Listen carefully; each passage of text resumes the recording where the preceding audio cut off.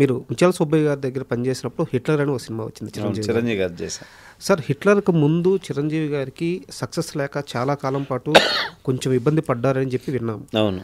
అసలు Hitler cinema start అయ్యే సమయానికి చిరంజీవి గారి మైండ్ సెట్ ఎలా ఉంది, హిట్లర్ వచ్చిన తర్వాత ఆ మైండ్ సెట్ ఎలా మారింది, కాస్త వివరంగా చెప్తారా?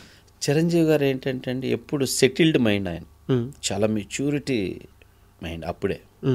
అప్పటికి కంటిన్యూ సక్సెస్ కొట్టి ఫ్లాప్స్ వచ్చేసి ఎలాంటి సినిమా చేయాలి ఇప్పుడు అని గ్యాప్ తీసుకున్నారు చిరంజీవి గారు. ఓకే. ఆ గ్యాప్ తీసుకున్న టైంలో ఎలాంటి కథను సెలెక్ట్ చేసుకోవాలి ఏంటి అనే ఆలోచనలో పడి ఆయన చూస్తూ ఉంటే అప్పుడు మమ్మట్టి చేశాడండి హిట్లర్ సినిమా మలయాళంలో. అది చాలా పెద్ద హిట్ అయింది.